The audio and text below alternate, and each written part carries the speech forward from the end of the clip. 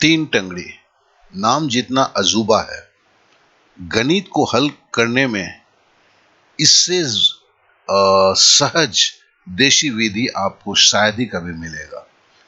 तो चलिए इस विषय के ऊपर ज्यादा बात करने के पहले सीधे हम गणित करने पर ही उतरते हैं, जो खुद ब खुद का परिचय देगा। तो चलिए पहले सवाल पे देते हैं। बोला गया कि एक अस्पताल में डॉक्टर तथा नर्सों की संख्या 240 है। यदि डॉक्टरों तथा नर्सों का अनुपात 5:7 हो तो नर्सों की संख्या कितनी है? तो सीधी सी बात है, डॉक्टर और नर्स 240 है और उनका अनुपात जो है संख्या का 5:7 है। तो इसको अगर इसमें करते हैं, तीन टंगड़ी में करते हैं, तो देखिए एक स्क्वायर का खाली एक चौकड़ी हम खींचते हैं, देसी चौकड़ी जिसको बोलते हैं। एक जगह पे डॉक्टर 5 है, क्या कि डॉक्टर तथा नर्सों का अनुपात तो क्रमबद्ध में होता है, तो डॉक्टर 5 है, नर्स 7 है, तो हमने नर्स को 7 लिख दिया। संख्या क्या है? 240 है, 240 यहां पर लिख दिया। अब हमें पता है क्या है कि नर्सों की संख्या कितना है। तो फिर हम क्या कर रहे हैं, जरा ध्यान से देखें। हमने किया 240, कौन कौन है? डॉक्टर तथा नर्स 5 + 7 किया। तो किसकी तुलना ये नंबर है, संख्या है, ये निश्चित संख्या है, इस निश्चित संख्या को है, और ये डॉक्टर तथा नर्स की संख्या है, तो 5 + 7 और 7 से गुणा क्यों कर रहे हैं? क्योंकि नर्सों की संख्या हमें निकालना है, तो बराबर निकल गया 140। चलिए एक और सवाल को करके देखते हैं। बोला गया एक छात्रावास में लड़कों की संख्या लड़कियों की संख्या का 70% है। यदि छात्रावास में कुल 850 विद्यार्थी हैं, तो लड़के तथा लड़कियों की संख्या के बीच क्या अंतर है? तो 70% आप भी जानते हैं, अगर 70% को हम कैसे लिखते हैं? 70/100। तो कहने का मतलब यहां पर क्या है? लड़के अगर 70 हैं तो लड़कियां 100 है। तो इसी चीज को हम इस चौकड़ी के अंदर भरते हैं।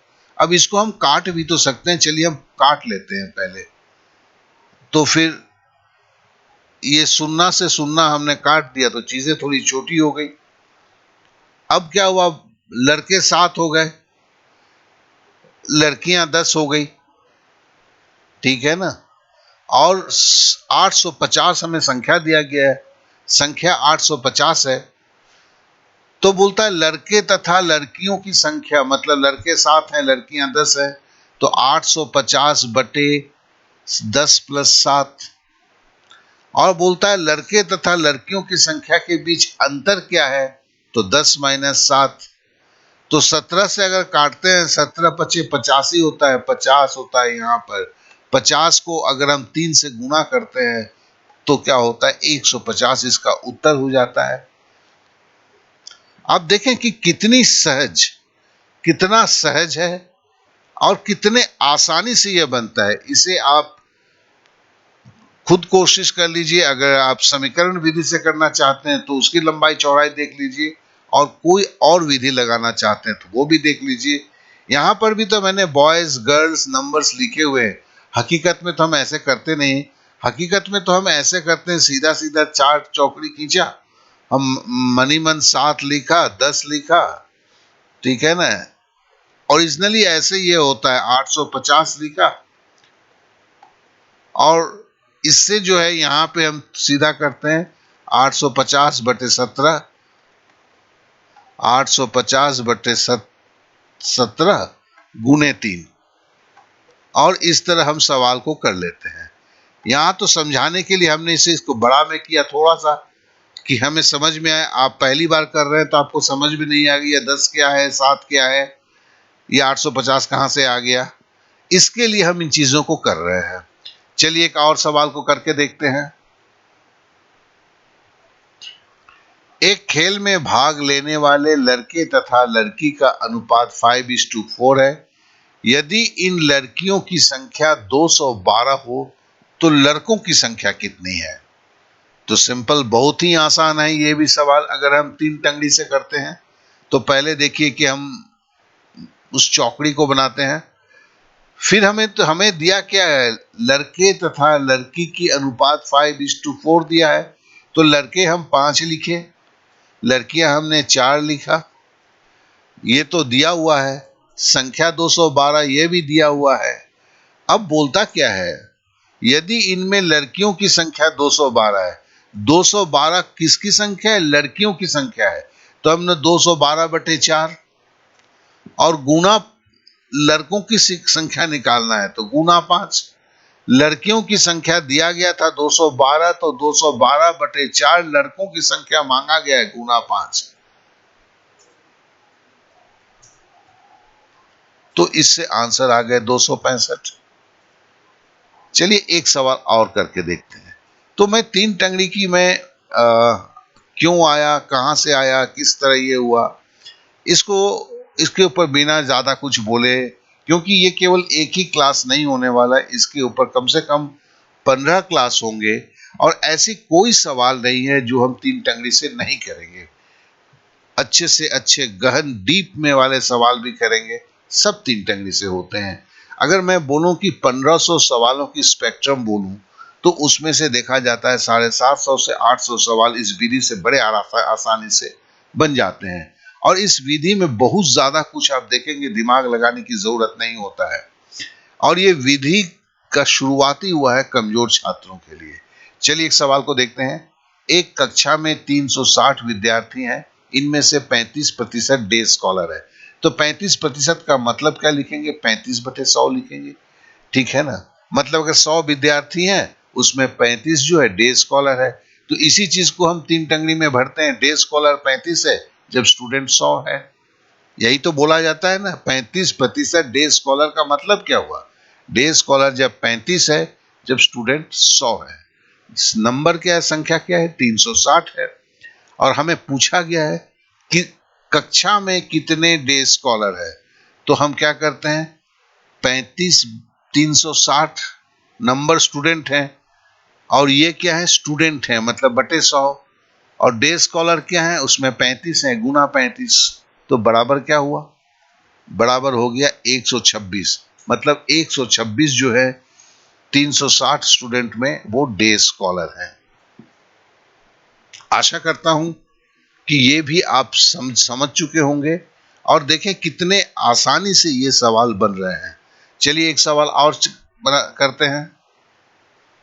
एक मिठाई का डब्बा ए और बी के बीच में 3:4 के अनुपात में बांटा गया है। यदि ए को मिठाई के 36 टुकड़े मिले तो मिठाई की कुल संख्या क्या थी। तो देखो ए और बी के बीच में 3:4 के अनुपात में बांटा गया है, तो ए 3 लिख दिया, बी 4 उसे भी लिख दिया। संख्या क्या है 36, ये संख्या किससे जुड़ा हुआ है, ए से जुड़ा हुआ है। ए कितना है, 3 है, मतलब 36/3। और पूछा गया मिठाई की कुल संख्या क्या थी, तो अनुपात की संख्या क्या है, 3 और 4 है, तो 3 + 4। तो सिंपल हुआ, हमने 36 को 3 से भागा दिया, 12, 12 को 7 से गुना किया, 7 12 84 हुआ। तो अर्थात मिठाई की संख्या 84 थी। तो कहीं पर भी आपको जान लग रहा है इन सवालों में। और देखिए ये सीजीएल टायर 1 की एग्जाम की सवाल है। चलिए अगले सवाल पे चलते हैं। एक स्कूल में 75% बच्चे कोचिंग क्लास में जाते हैं और शेष 245 स्वयं पढ़ते हैं। स्कूल में कितने बच्चे हैं, तो देखिए ये सारे जो सवाल हैं, तो हम पहले इस चीज को समझने की कोशिश करते हैं। 75% मतलब 75/100, मतलब क्या है, 100 कुल छात्र हैं जिसमें 75 कोचिंग में पढ़ने जाते हैं। तो जो कोचिंग में नहीं जाते हैं वो कितने हैं, 25 हैं। 100 कुल छात्र हैं, 75% बच्चे कोचिंग क्लास में जाते हैं, इसका मतलब 75/100। 75 अगर कोचिंग में जाते हैं, 100 टोटल स्टूडेंट हुए। तो कोचिंग में नहीं जाते हैं वो कितने स्टूडेंट हुए, 100 से 75 घटाया तो 25 हुए। अब चलिए इसको हम भरते हैं। सेल्फ स्टडी करने वाले जो कोचिंग में नहीं जाते हैं, खुद पढ़ते हैं, कितने, 25 हैं। और जो है स्टूडेंट 100 है। क्यों कर रहे हैं? देखिए शेष 245 स्वयं पढ़ते हैं। स्कूल में कुल कितने बच्चे हैं? तो कोचिंग में जाने वाले बच्चे के बारे में इस 75% बच्चे कोचिंग क्लास में जाते हैं, उसके आगे कुछ नहीं बोला गया है। बोला गया है शेष 245 स्वयं पढ़ते हैं। तो हमें उसके 700% को भी तो लिंक करना होगा इस तीन टंगड़ी में। चूंकि इसके कंसेप्ट को मैं बाद में बोलूंगा, अभी कुछ सवालों को कर लेता हूं मैं, तो फिर एक क्या होता है आपको भी आइडिया बनने लगता है। तो इसमें हमने देखो 75% को नहीं लाया, 25% को अंदर लाया। क्यों? 25% से ही जुड़ा हुआ है शेष 245 बच्चों की कहानी। और स्टूडेंट है, स्कूल में कुल कितने बच्चे हैं? तो हमें देखो यहाँ तीन टंगड़ी में दो ही हम संख्या को ला सकते हैं। तो हमने 25 को लाया, 75 को बाहर रखा और 100 स्टूडेंट, क्योंकि हमें कुल कितने बच्चे हैं वो पूछा गया है। अब हमें संख्या क्या दिया हुआ है? 245 दिया हुआ है। तो 245 को हमने भरा, तो हमने 245 को लिखा और साथ में जो है अब हम करते क्या है? देखो 245 किससे जुड़ा हुआ है? 245 जुड़ा हुआ है 25 से, मतलब 245 बटे 25 और कुल छात्र मतलब गुना 100। तो 245 बटे 25 गुना 100। तो 25 से हम 100 को काटेंगे 4 होगा। इससे अगर हम 25 को 100 को काटते हैं, 25 चौके 100, 4 से हमने 245 को गुना किया, 45 चौके 180 का 80 हुआ, 4 दूनी 8 और 1 9, 980 स्टूडेंट टोटल इसके हुए। तो चलिए, सॉरी ये यहाँ पे गलती से ये लग गया, ये नहीं होगा, ये 980 ये स्टूडेंट्स हुए। अब नेक्स्ट सवाल पे चलते हैं। एक विद्यालय में विद्यार्थियों की परेड में लड़कों एवं लड़कियों की संख्या का अनुपात क्रमशः 9:7 है। विद्यार्थियों की कुल संख्या 256 है, तो लड़कियों की संख्या ज्ञात कीजिए। बोलता है लड़के और लड़की की संख्या का अनुपात 9:7 है। तो चलिए हमने 9:7 इसे भर दिया। लड़के 9 हैं, लड़कियां 7 हैं, और संख्या जो बोल रहा है वो देखिए 256 है। कुल संख्या 256 है, तो संख्या नंबर हमें मिल गया 256। अब ये 256 किससे जुड़ा हुआ है? विद्यार्थियों की कुल संख्या 256 है, तो 256 किसको दिखा रहा है? 9 + 7 को दिखा रहा है। और हमें निकालना क्या है? लड़कियों की संख्या निकालनी है। लड़कियों की संख्या क्या है? लड़कियों की संख्या 7 है।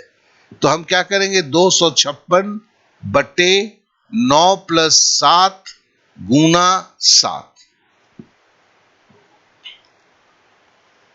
ये हुआ क्यों? देखिए विद्यार्थियों की कुल संख्या 256 है, तो जो हमने 256 लिखा, 256 किसका द्योतक है? 9 + 7 का है, क्योंकि ये कुल संख्या है। 256 कुल संख्या है, तो कुल संख्या में कौन कौन है? 9 है और 7 है, 9 + 7 है। अब पूछा क्या किसका है? लड़कियों की संख्या पूछा गया है, इसलिए गुना 7 हुआ। और इसको काट कुट कटम कुटम करते हैं तो ये 102 निकलता है। मतलब जो है लड़कियों की संख्या उस स्कूल में 256 जब टोटल स्टूडेंट थे, लड़कियों की संख्या 102 था। चलिए एक सवाल और करते हैं। बोलता है एक परीक्षा में 14.2/7% विद्यार्थी उत्तीर्ण हुए और 1800 अनुत्तीर्ण हुए। इस परीक्षा में कुल कितने विद्यार्थियों ने भाग लिया था? अब देखिए 14.2/7% का मतलब होता है, आप जानते हैं 1/7। अगर नहीं जानते हैं, इन चीजों को याद करना होगा। 1/7 का मतलब क्या है? देखिए यहां 1800 अनुत्तीर्ण हुआ है, यहां हमें बोला गया है कि 14.2/7 उत्तीर्ण हुए हैं। मतलब 1/7 उत्तीर्ण हुए हैं, मतलब 7 बच्चे में 1 बच्चे पास किए हैं। तो फेल कितने किए? 6 बच्चे फेल किए। क्योंकि आगे हमें जो है फेल करने वाले बच्चों की कहानी लिखी है, तो मेरे चौकड़ी में फेल करने वाले बच्चों की संख्या जाएगी। तो हम क्या क्या लिखेंगे इसमें, इस चौकड़ी में कि फेल कितने हुए, 6 बच्चे। कुल विद्यार्थी कितने थे, 7 थे। संख्या हमारे पास क्या है, 1800 है। 1800 क्या है, 1800 अनुत्तीर्ण हुए, फेल हुए। तो मतलब फेल की संख्या 6 है, तो 1800 बटे 6। और कितने टोटल स्टूडेंट निकालने के लिए गुना 7, क्योंकि टोटल स्टूडेंट गुना 7 था। तो फिर 6 से हम 1800 को काटेंगे तो ये क्या होगा, 300 होगा। 300 को अगर 7 से गुना करेंगे तो क्या होगा, 2100 होगा। तो टोटल स्टूडेंट आपके 2100 हुए, जो इस सवाल का आंसर है। चलिए अब एक सवाल और करते हैं। बोला गया 2 विद्यार्थियों की आयु का अनुपात 3:2 है। उनमें से एक दूसरे से 5 वर्ष बड़ा है। छोटे विद्यार्थी की आयु कितना है। तो आयु का अनुपात क्या है, तो हम चौकड़ी में बड़ा 3 है, छोटा 2 है, और संख्या बोलता है क्या है, 5 वर्ष है। ये संख्या आया कहां से, बोलता है कि एक दूसरे से बड़ा है। तो ओल्ड 3 है, बड़ा वाले का उम्र 3 है, छोटे वाले का 2 है। दोनों का अंतर क्या है, कितना है, 3 - 2 बराबर 1, और वही तो 5 है। तो 5/1 गुना बोलता है कि छोटे की उम्र क्या होगा। तो छोटा का तो अनुपातिक संख्या 2 है, तो गुना 2 होगा। तो हम इसे कैसे लिखेंगे, हम लिखेंगे 5। और देखो ये जो है एक दूसरे से बड़ा है, इसका मतलब 3 - 2, और छोटे का बोला है तो छोटा तो 2 है, गुना 2। तो ऐसे सवालों का देखिए मैंने पीडीएफ फाइल भी दिया हुआ है। आप पीडीएफ फाइल से खुद अगर करेंगे तो आप समझ में आएगा कि कितने आसान है। हमने अभी तक शायद 8-9 सवाल आपको करवा चुका हूं, मैं 15 सवाल तक आज करवाऊंगा। तो देखिए 5/1 टोटल हुआ 10 साल। तो ये कितना आसान है, इसे आप दूसरे किसी भी विधि में बनाने जाइए तो ये काफी ज्यादा बड़ा हो जाता है, आपको खुद पता है। चलिए एक सवाल और करते हैं। और यहां तो लोग एक्स में करके इसकी रामायण बना देते हैं। एक छात्र को एक परीक्षा में कुल अंक मिले थे, तथापि पुनर्मूल्यांकन के बाद उसके अंक मूलतः प्राप्त अंक से 40% कम हो गए। उसका नया स्कोर 96 हो गया।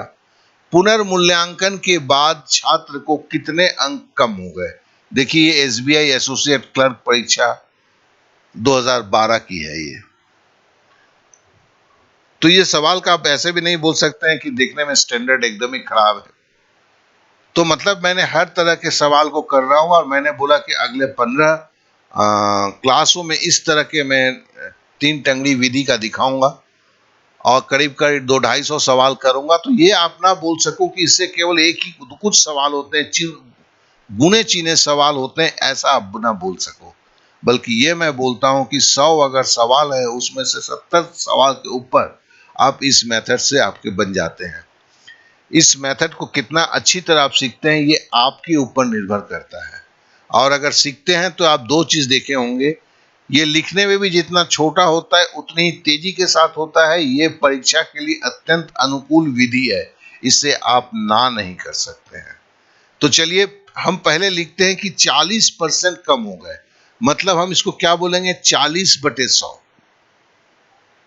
40% अगर मार्क्स कम हुआ तो मार्क्स कितना मिला उसे, 60 मिला। 100 में गलती से जब आपका रिवैल्यूएशन हुआ उसके 60 मार्क्स हो गए, तो कितने कम हुए, 40 कम हुए। तो हम इसको कैसे लिखेंगे, हम ये लिख सकते हैं ना इसे, कि उसे अंक मिला, मार्क्स मिला 60, और घट कितना गया, 40 घट गया। अब बोलता है कि नया स्कोर उसका 96 हो गया। 96 मतलब क्या, 100 मार्क्स था, घट के उसकी जब 60 हो गई, वही मामला है। तो हम इसको बोल सकते हैं 96/100। तो घटा कितना, तो 40 गुना 40। अब अगर 0 से 0 यहां काट देते हैं, शून्य से शून्य हमने काट दिया और 6 से हमने 96 को काट दिया तो 16 चक 96 हो गए, और 16 को 4 से गुणा किया तो 16 चौके 64। तो इस तरह आंसर जो है 64 हो गया। तो कहने का मतलब है कि 64 अंक उसके कम हो गए। जब 96 अंक मिले, बेसिकली उसको 64 अंक कम मिल गए। वो किस इस पे हुआ कि जैसे 100 मार्क्स थे उसमें, जब रीवैल्यूएशन हुआ 100 मार्क्स के जगह पे उसके 60 मार्क्स उसको मिले, 40 मार्क्स कम हो गए। उसी तर्ज पर यहाँ 96 जब मार्क्स मिला उसे 64 मार्क्स कम हो गए। चलिए अब अगले सवाल पे चलते हैं।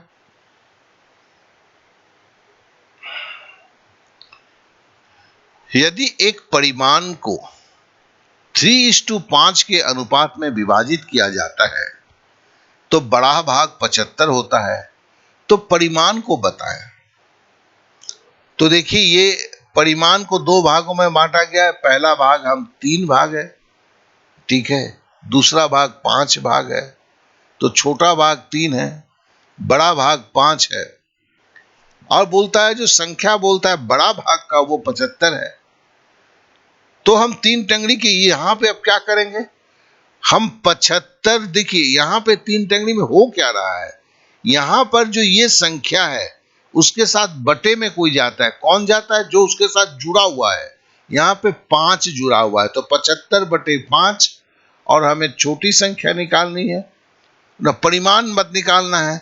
तो परिमाण मतलब 5 और 3 दोनों होंगे, गुने 8 होगा। तो मतलब क्या, वही देखिए 75/5 गुने 8। तो 75 को 5 से भागा देंगे तो 15 होगा, 15 को 8 से गुना करेंगे तो 120 हो जाएगा। तो इस तरह इसका उत्तर 120 हुआ। चलिए अगले एक सवाल को चलते हैं। एक रेफ्रिजरेटर तथा एक टेलीविजन के मूल्य में 5:3 के अनुपात में है। तदनुसार यदि रेफ्रिजरेटर की कीमत टेलीविजन से 5,500 रुपए अधिक हो तो रेफ्रिजरेटर का मूल्य कितना होगा। ये देखिए 2013 में एसएससी 10+2 में आया हुआ था। तो इसको कैसे लिखेंगे हम अपने 3 टंगड़ी विधि में। तो हम पहले यहाँ पे चौकड़ी को बना दिए, काटा पहले, फिर हमने रेफ्रिजरेटर को 5 लिखा, टेलीविजन का 3 लिखा, क्योंकि यहाँ पर दिया हुआ है 5:3 दिया हुआ है, ठीक है ना। और हमारी कीमत क्या है, 5,500 है। तो संख्या हमारी 5,500 है। अब ये 5,500 जो है, यदि क्या बोल रहा है, रेफ्रिजरेटर की कीमत टेलीविजन से 5,500 अधिक है, मतलब इन दोनों का अंतर 5 - 3 बराबर 5,500 है। तो रेफ्रिजरेटर की तुलना गुने 5 होगा। तो यही तो कर रहे हैं, 5,500 बटे 5 - 3। क्यों, क्योंकि ये दोनों क्या कहते हैं, मूल्यों का अंतर है। तो हमारे पास रेफ्रिजरेटर की अनुपात राशि 5 है, टीवी की अनुपात राशि 3 है। दोनों का अंतर मतलब 5 - 3 हो गया। और पूछा गया रेफ्रिजरेटर का, तो रेफ्रिजरेटर के अनुपात राशि से हमने गुणा कर दिया। तो ये इस तरह से इसका जवाब जो निकला वो निकला 13,750 रुपया, जो आपकी रेफ्रिजरेटर की कीमत निकली। तो आप खुद समझ सकते हैं कि किसी भी कंपटीटर के लिए आप इसी को, अगर आप है तो आप इक्वेशन मेथड में बनाए तो फिर समझ लीजिए, इसकी लंबाई चौड़ाई दिखाई देखिए और उसकी देखिए। और इसमें जितने संख्या कम लिखना होता है, आप भी समझ सकते हैं, समझने में बहुत ही आसान रहता है। इस चीज को आप खुद समझ रहे हैं। चलिए अगले सवाल पे चलते हैं। बोलता है, राम और रहीम की ऊंचाई का अनुपात 7:8 है। यदि रहीम की ऊंचाई 66 इंच है तो राम की ऊंचाई क्या होगी। तो बड़ा बहुत ही सिंपल है। चलिए पहले हम क्या करते हैं, हम अनुपातों को लिख लेते हैं चौकड़ी में। पहले राम का कितना है, 7 है। रहीम का कितना है, 8 है। और संख्या हमारे पास क्या है, 66 इंच है। 66 इंच किससे जुड़ा हुआ है, रहीम की ऊंचाई से, मतलब 66/8 होगा। और गुना अब चाहिए होगा कि राम की ऊंचाई मांगा है, तो गुना 7 होगा। तो 66/8 गुणे 7 बराबर आपका हुआ 57.75। तो 57.75 जो है ये राम की ऊंचाई होगी। और कितना सरल, कितना आसान है, आप खुद समझ सकते हैं। अब चलिए अगले सवाल पे चलते हैं, और ये 14 नंबर का सवाल है। एक फल विक्रेता के पास कुछ सेव थे, वो 8.33% सेव को बेच देता है, और अभी भी उसके पास 440 सेव बचे हैं। शुरू शुरू में उसके पास कितने सेव थे? अब देखिए 8.33% का मतलब होता है 1/12। 1/12 का मतलब क्या हुआ? उसके पास 12 सेव था, उसमें से उसने एक सेव खा लिया, तो उसने 11 सेव जो है उसको वो बेच देता है। नहीं, सॉरी सॉरी, एक सेव को बेच देता है, तो उसके पास 11 सेव बच जाता है। उसके पास पहले 12 सेव था, उसमें से वो एक सेव को बेच देता है, तो उसके पास 11 सेव रह जाता है। यही इसका अर्थ है। तो इसी को हम 3 चकड़ी में कैसे लिखेंगे? 3 टंगड़ी में, इस चौकड़ी में हमने सॉरी खाया नहीं, ये उल्टा हो गया। हाँ, खाया नहीं, ये बेचा है, और ये बच गया है, मैंने खाया लिख दिया है। जो भी है, ये खाया नहीं, ये बेचा है। उसने बेचा 1 पीस, और उसके पास बचा रह गया 11 पीस।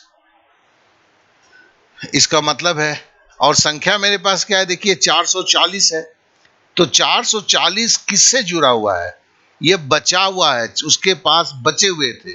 तो 440/11, और कुल सेव कितना थे? तो गुना 12।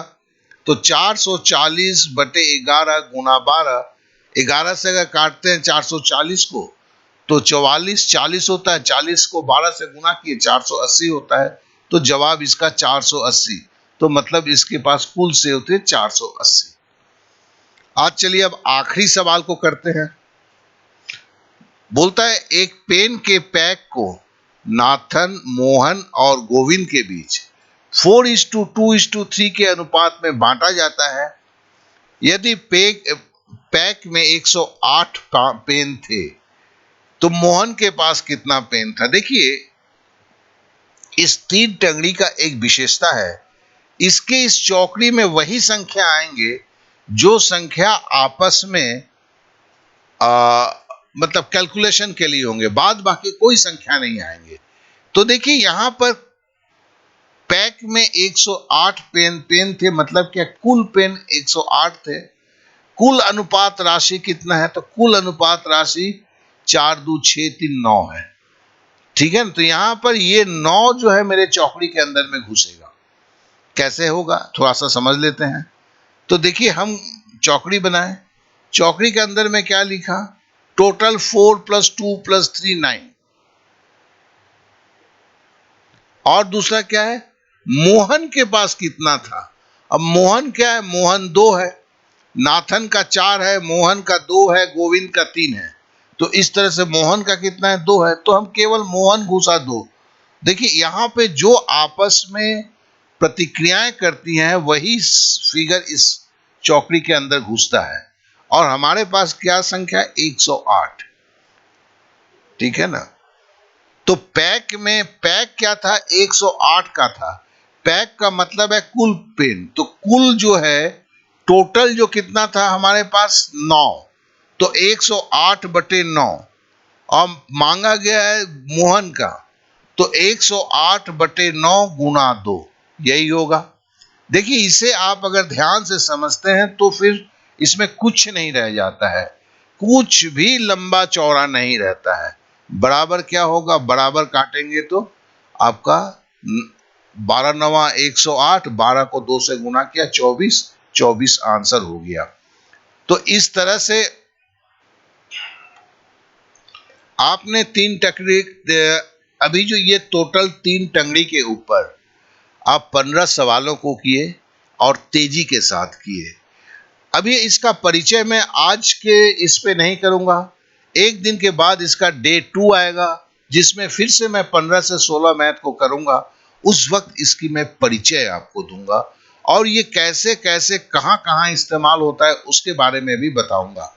तो धैर्य बना के रखें, साथ में चलें। अगर आपने मुझे अभी तक सब्सक्राइब नहीं किया है, बेल बटन को नहीं दबाया है, तो अवश्य दबाएं। साथ ही साथ अपने दोस्तों को फॉरवर्ड करें कि उन्हें भी पता चले कि एक ऐसी विधि है जो अत्यंत संक्षिप्त में हर तरह के सवाल को सॉल्व करने में पॉसिबल है। तो मैं आपसे इतना फेवर चाहूंगा, ये देखिए गणित में कमजोर जो हैं उनकी ये विधि है, मैं चाहूंगा कि वो भी आगे आए और दूसरों की तरह गणित को झटके में करके दिखाएं और अपने सपने को साकार कर सकें। तो आज के लिए इतना ही, अब मुझे विदा दीजिए। Okay then, bye bye, thank you, जय हिंद।